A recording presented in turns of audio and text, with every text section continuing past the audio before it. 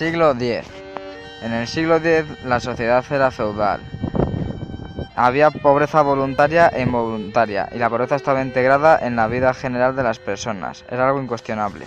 En este siglo había tres tipos de atención. En primer lugar, la protección social feudal. Los señores feudales daban protección y dinero a sus vasallos obligados por sus relaciones de vasallaje. Otro tipo de atención también muy importante era el mercado, que se basaba en la compraventa de bienes y servicios asistenciales, aunque sin duda la más importante es la de la caridad. Es el primer gran eslabón de las cadenas de instituciones de atención social, y su fundamento es el amor a Dios. La limosna es la forma de atención caritativa por antonomasia, y esta cumplía tres funciones: asistencial, religiosa y social. El segundo tipo de atención que había era la ayuda mutua. Esta era de las cofradías y se basaba en la reciprocidad.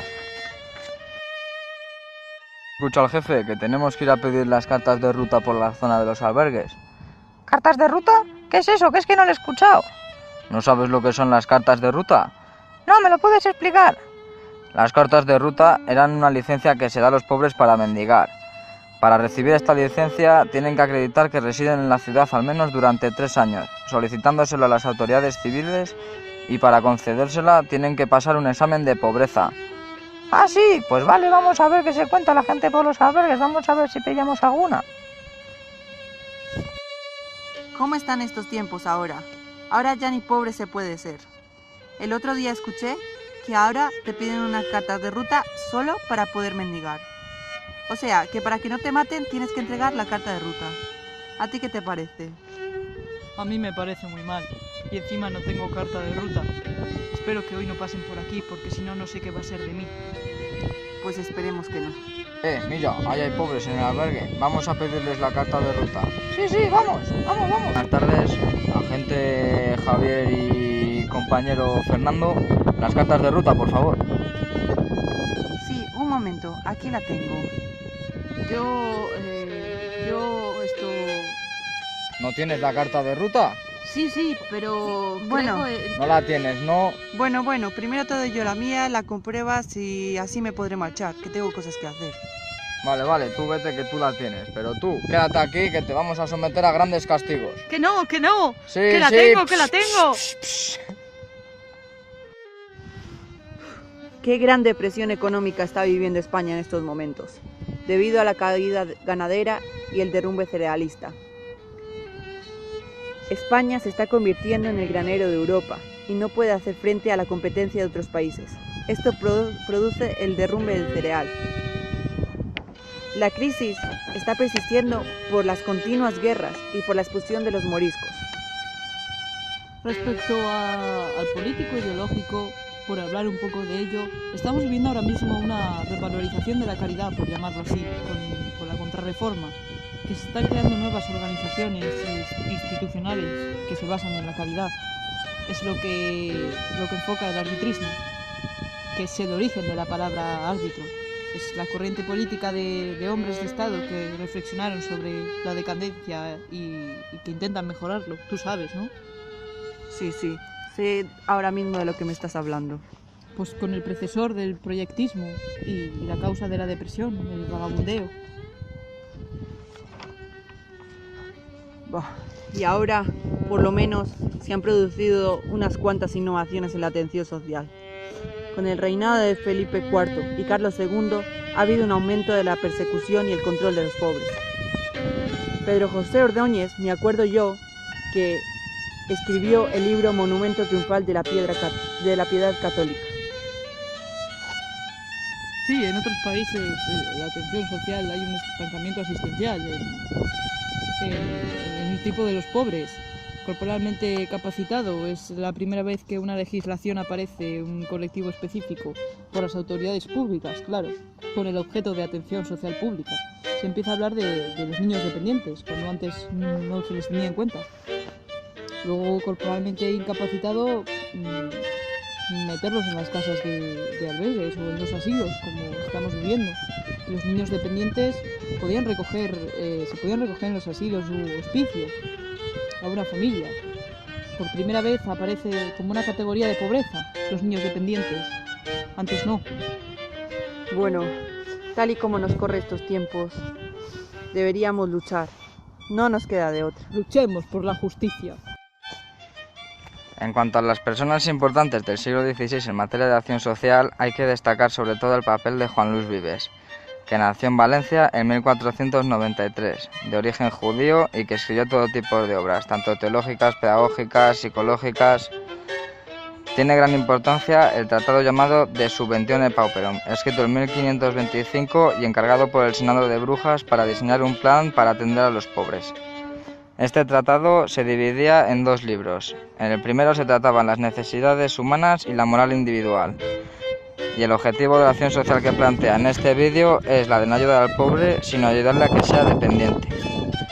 En el segundo libro habla de las responsabilidades colectivas y públicas en el socorro de los pobres. Plantea que la atención a los pobres corresponde a las autoridades municipales de las iglesias. La clase de hoy la explicaré muy brevemente y voy a hablar de la atención según los sectores. En primer lugar tenemos los hospitales. Había 2.272 por todo el país y tenían una alta mortalidad. Tenían un papel muy reducido y seguían teniendo la función de morideros. Eran rechazados por la mayoría de la población y también por los proyectistas. En segundo lugar tenemos las casas de expósitos. Eran sitios donde se dejaba a los niños en la puerta o en el torno. Se tomaba asiento sobre la hora y el día en que eran entregados los niños expósitos. Vivían en estas casas hasta los 7 años y después iban a los hospicios educativos. Pero lo malo de estos es que el 70 o 80% de los niños expósitos morían de hambre o por enfermedades. Así que bueno. En tercer lugar tenemos la asistencia a presos y bueno, surgen las primeras asociaciones con trabajo en las cárceles, la Asociación de Señoras de las Cárceles en 1788 y destacar el panóptico, que era una forma de corrección de presos. Y bueno, la cárcel antes era una función de castigo, pero a partir del siglo XVIII se forma la función de rehabilitación y de reinserción social. También habla rápidamente de los Montes de Piedad, decir que no llegaron a los 1000 en España y eran lugares donde se prestaba dinero a personas que tuvieran una aval. Es decir, algo que se deja, pues acaso no podían devolver el préstamo. Y bueno, finalizar con los más importantes, que son los hospicios, que bueno, surgieron sobre todo a partir de 1780 y acogen a una masa heterogénea unida por la miseria y la inadaptación social. Era como una casa de educación para orientar a los pobres a un trabajo y también servía de corrección y estaba financiado por los privilegios oficiales, es decir, impuestos sobre el tabaco, sobre los billetes de teatro, plazas de toros, y estos impuestos eran los que se dedicaban a la manutención de estos mismos. Así que bueno, con esto damos concluida la clase de hoy.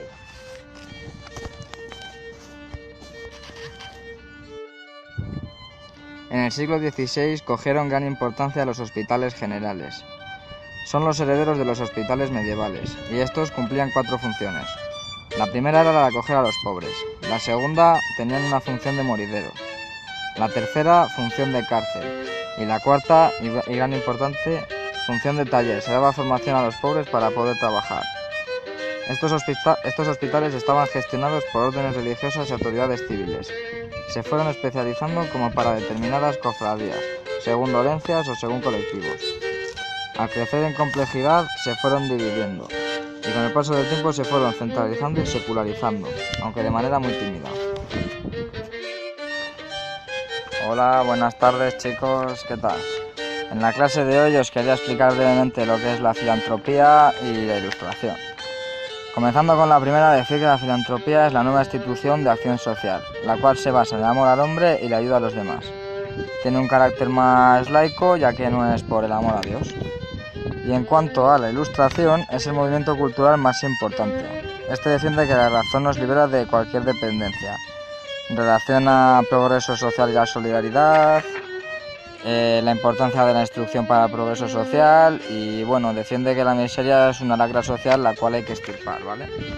Ahora chicos, sabiendo esto, quiero que bajéis uno a uno y me expliquéis vuestras ideas respecto a este tema. Jovellanos, por favor, si puedes bajar tú primero para comenzar. Sí, claro. Hola, buenas tardes. Os presento aquí mi discurso acerca de los hospicios. Y quería deciros que yo doy gran importancia a los hospicios porque recogen un grupo muy heterogéneo de la población y bueno, yo los divido en 3, mi idea es dividirlos en 3. En primer lugar, los hospicios de caridad para niños expósitos, es decir, de 0 a 4 años, y que pueden ser pobres, ancianos y mujeres impedidas o ancianas. En segundo lugar, los hospicios educativos para niñas huérfanas en edad temprana, a las que luego las mandaríamos a trabajar. Y bueno, por último, para acabar con mi punto de vista acerca de este tema, os propongo los hospicios de corrección, es decir, estos que son para pobres robustos, vagos y delincuentes que no trabajan, y también mujeres de mala vida, equivalente a un presidio o más comúnmente dicho, una cárcel. Vale, muchas gracias, Jovellanos, ya te puedes ir. Campomanes, ¿puedes bajar a aportar tu idea? Hola, buenas, soy Campomanes y hace poco he escrito mi libro que se llama Las 5 clases de pobres, en el que yo clasifico los pobres en 5 categorías por edades. De 1 a 7 años son los niños expósitos. De 8 a 14 años ya no se consideran niños, sino personas, con lo cual hay que darles la enseñanza básica. De 15 a 21 años, estos deben dedicarse al trabajo, oficios o habilidades mujeriles. De 22 a 50 años, para personas con dificultades de aprender un oficio, he ideado una cosa, y es que como no pueden aprender un oficio sin dificultades, entonces a los hombres se les puede destinar a las armas y a las mujeres a tener hijos. De 50 en adelante, ni saben oficio ni pueden aprender y regularmente están resabiados en enormes vicios. Y una decidía que en ellos se ha hecho naturaleza. Esta clase es la peor de las 5. Es la que no da ejemplo a las demás. Vale, muchas gracias por tu aportación, Campomanes. Ahora, Florida Blanca, te toca a ti, exponnos tus ideas. Sí, hola compañeros. Bueno, yo quería deciros que creo que es importante reflexionar sobre las casas de misericordia, yo lo he hecho, y ver cómo se pueden financiar. Ahora en el siglo XVI hay que ponerlo en marcha. Es una forma de organización para atender a los pobres y sacar provecho. Vale, muchas gracias, Florida Blanca. A continuación, Joaquín, te toca. Pues sí, bueno, yo he hecho un trabajo un poco leve, yo simplemente he reflexionado sobre las casas de misericordia y sobre la distribución arquitectónica. Hay que atender a mujeres viciosas y a niños. Vale, muchas gracias, Joaquín, has flojeado un poquillo. José Pérez, te toca, a ver, exponnos tú, a ver si mejoras. Yo he reflexionado sobre los talleres subsidiarios nacionales. Estos se creaban en los pueblos para fomentar la agricultura y ganadería. En ellos se formaba a los pobres. Se les pagaba un jornal más bajo del que se podría ganar en ese oficio. Vale, pues muchas gracias, José Pérez. Ahora procederemos a José del Campillo. Por favor, apórtenos sus ideas, si es tan amable. Sí, bueno, yo como ministro de Hacienda y político importante, yo reflexiono sobre la pobreza y cómo atenderla. Por eso os explico que yo clasifico 3 tipos de pobres, ¿vale? Pobres verdaderos, en hospicios respaldados por el Estado. En un segundo nivel, pobres por su conveniencia, huyen del trabajo y viven de la caridad. Hay que obligarles a trabajar. Y ya por último, los pobres en apariencia, que son los que se hacían pasar por pobres, o los que se hacen pasar por pobres, que para delinquir, única medida que hay para ellos es la cárcel o el ejército, por ejemplo. Muy buena reflexión, José. Y ahora ya, pues, Bernardo, si puede ser tan amable, proceda usted a comentarnos su punto de vista. Bueno, yo he llevado un análisis cuantitativamente y cualitativamente de la pobreza. He propuesto crear las hermandades de obras pías. Propongo crear una en cada pueblo para ayudar a los pobres. Y yo agrupo a personas acomodadas, que se dedican o deben dedicarse a fomentar el empleo. La atención a domicilio tenía que ayudar a los mendigos y apoyar la actividad industrial. Estas estarán financiadas a través de donaciones, obras públicas y sobre todo por la Lotería Nacional. También he llevado a cabo un proyecto económico. He analizado la pobreza como una parte más de la sociedad. Y también he escrito la doctrina mercantilista. para sacar provecho económico de los grupos que no trabajaban. Vale, pues muchas gracias por tu aportación. Damos por finalizada la explicación de hoy.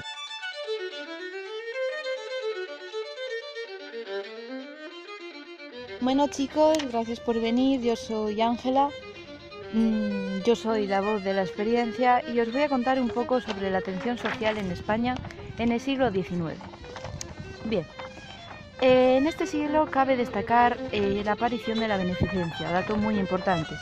¿Qué supone la beneficencia? Supone el reconocimiento definitivo de la responsabilidad pública en la acción social. Es una nueva institución de acción social que, a diferencia de otras instituciones, se basa en la responsabilidad pública. Es decir, el Estado es el que se debe ocupar de atender a los más pobres. Cabe destacar que en 1822 se aprueba la Ley de Beneficencia. El 22 de enero, 6 de febrero de 1822, exactamente. Fue abolida el año siguiente y las medidas que establecía no se llevaron a cabo. Otra ley es la Ley General de Beneficencia en 1849, el 20 de junio, y el Real Decreto de Beneficencia de 1852. A diferencia del anterior, asume un criterio centralizador en la acción social, recae en la administración central, exige que se cree un sistema organizativo y de decisión más amplio, por lo que crea las Juntas Generales provinciales y municipales. Luego tenemos las aportaciones fundamentales de la beneficencia. Estableció una organización en los entes públicos y privados, crear un protectorado sobre la beneficencia privada, gran despliegue de recursos económicos e institucionales, la regulación jurídica de la asistencia por primera vez y el orden y regularidad y racionalidad de la acción social. Por último, de la beneficencia a los seguros sociales. Se basa en los derechos de los trabajadores. Algo muy importante que aparece la nueva institución de esta acción social, que es en base a los trabajadores. Surge en un momento en el que se pregunta quién es el culpable de la acción social. ¿Es responsabilidad individual o responsabilidad social? En España se desarrolla la prevención social y los seguros sociales en 1899-1900 y es donde aparecen las leyes de edad. La historia de la acción social es el resultado del esfuerzo colectivo de muchas personas, lo que han sido conquistas sociales durante muchos siglos. Es nuestra responsabilidad mantenerlas. Gracias, chicos.